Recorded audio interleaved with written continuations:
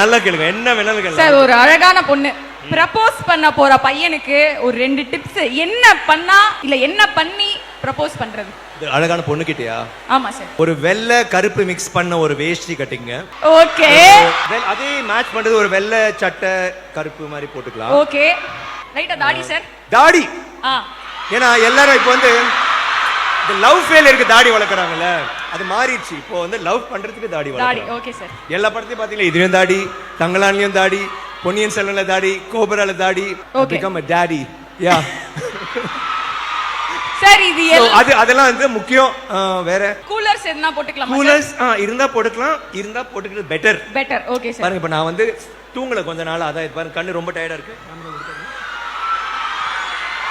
So அதனால இது போட்டுனா ரொம்ப கூலா இருப்போம். ஓகேங்களா?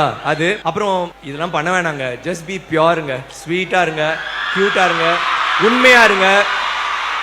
நீங்க வந்து அது போதும். உண்மையா லவ் பண்ணுங்க.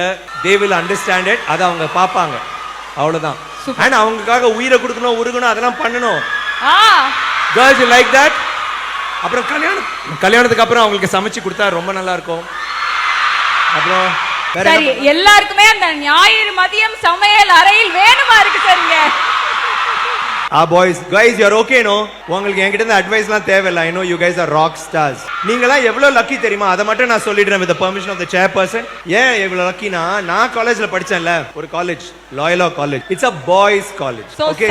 So நாங்கலாம் எங்க கிளாஸ்ல எங்க காலேஜ்ல எத்தனை பொண்ணுங்க இருந்தா தெரியுமா? 3 பொண்ணுங்க. 3. சார், ஹெவி காம்படிஷனா இருந்திருக்குமே சார்? இல்ல, கேளுங்க, கதையை கேளுங்க. அதுல வந்து ஒன்னு வந்து அங்க டீச்சராவும் இருந்துச்சு.